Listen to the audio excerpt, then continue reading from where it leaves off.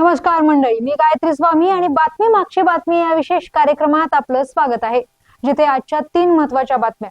यात कुंभमेळ्याच्या कामासाठी गुजरातचे कंत्राटदार कशाला, राज ठाकरेंचा सवाल. रामायणाच्या ऑस्कर वरून राजकारण, कोल्हापूरला दत्तक घ्या, आमदार क्षीरसागर यांची मागणी. या बातम्यांच्या मागचं राजकारण, समाजकारण आणि अर्थकारणाचा लेखाजोखा यात मांडलाय. यामुळे आता वरवरची बातमी नाही तर बातमी मागची बातमी जाणून घ्या. बाबा खूप बोर होतंय, काहीतरी नवीन फ्रेश ऑर्डर करा ना. माझ्याकडे एक सरप्राईज आहे. गोकुळचा आस्वाद परंपरेचा, गोकुळ आईस्क्रीम सोबती प्रत्येक क्षणाचा. गोकुळ आईस्क्रीम. बातमी आहे कुंभमेळ्याच्या कामासाठी गुजरातचे कंत्राटदार कशाला, राज ठाकरेंचा सवाल. नाशिक मधील आगामी कुंभमेळ्याच्या कामावरून राज्यात राजकारण तापलं आहे. नाशिक मधील कुंभमेळ्याच्या कंत्राटावर गुजरात मधील ठेकेदारांचा बोलबाला असून महाराष्ट्रात ठेकेदार संपले आहेत का, असा थेट सवाल मनसे अध्यक्ष राज ठाकरे यांनी केला. वरून येणाऱ्या आदेशानुसारच कुंभमेळ्याचे काम होत आहे. महाराष्ट्रातील सगळ्या गोष्टी अशाच हाताळल्या जात असतील तर त्यांना लखला बसो, असं म्हणत राज ठाकरेंनी संताप व्यक्त केला. राज ठाकरेंच्या या आरोपावर मुख्यमंत्री देवेंद्र फडणवीस यांनी प्रत्युत्तर दिले आहे. कंत्राट देताना कोणाची जात, भाषा किंवा धर्म पाहिला जात नाही, तर त्यांची बीड कॅपॅसिटी असते, त्यांनाच काम मिळते, असं मुख्यमंत्र्यांनी स्पष्ट केलं.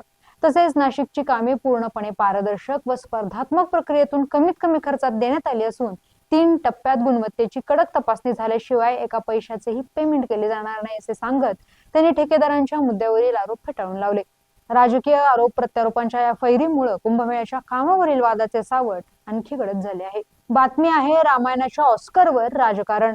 वाल्मिकींनी लिहिलेल्या रामायण या महाकाव्यावर नितेश तिवारी यांनी दिग्दर्शित केलेला रामायण चित्रपटाचा ट्रेलर नुकताच रिलीज झाला. रामायण सिनेमाची आम्हाला देखील उत्सुकता आहे. रामायण सिनेमाला ऑस्कर न मिळाल्यास त्यांच्या ज्युरींपासून मी निराश होईल, असं वक्तव्य मुख्यमंत्री देवेंद्र फडणवीस यांनी केलं.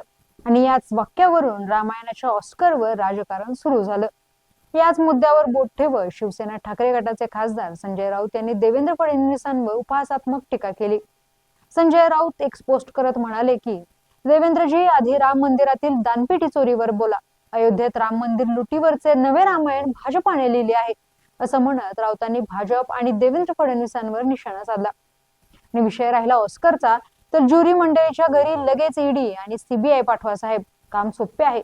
किंवा ज्युरीचा गट फोडण्यासाठी अमित शहा यांना पाठवा, चिंता नाही करायची, असा सल्लाही राऊतांनी दिला. शिवसेना ठाकरे गटाच्या नेत्या सुषमा अंधारे यांनी देवेंद्र फडणवीस यांना या वक्तव्यावरून घेरलं. देवेंद्र फडणवीस यांच्यावर निशाणा साधताना अंधारे म्हणाले की रिअल लाईफ आणि रील लाईफ यातील फरक फडणवीसांसारख्या अभ्यासू नेत्याला नक्कीच कळतो. त्यामुळे पडद्यावरील रामायण चित्रपटाला ऑस्कर मिळाव्यासाठी प्रयत्न करण्यापेक्षा राम मंदिर देणगी चोरीबाबत मुख्यमंत्र्यांनी उत्तर द्यायला हवं. चित्रपटाला पुरस्कार मिळण्या न मिळण्याबाबत बोलणे ही अगदी बॉलिवूड स्टाईल भाषा झाली. रामायणाच्या ऑस्करवर राजकारणाच्या पलीकडे अजून मूवी रिलीज झाला नसताना त्याला ऑस्कर द्या अशा मागणीमुळे नव्या चर्चांना तोंड फुटलं आहे. बातमी आहे कोल्हापुरातून. कोल्हापूरला दत्तक घ्या, आमदार क्षीरसागर यांची मागणी.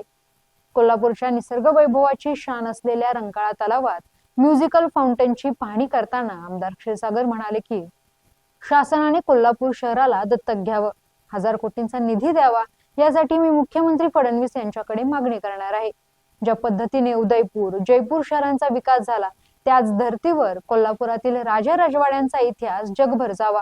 कोल्हापूरच्या पर्यटनाचा विकास आणि कोल्हापूर हद्दवाढीसाठी मी प्रयत्नशील राहील. धन्यवाद आणि पाहत रहा सकलम.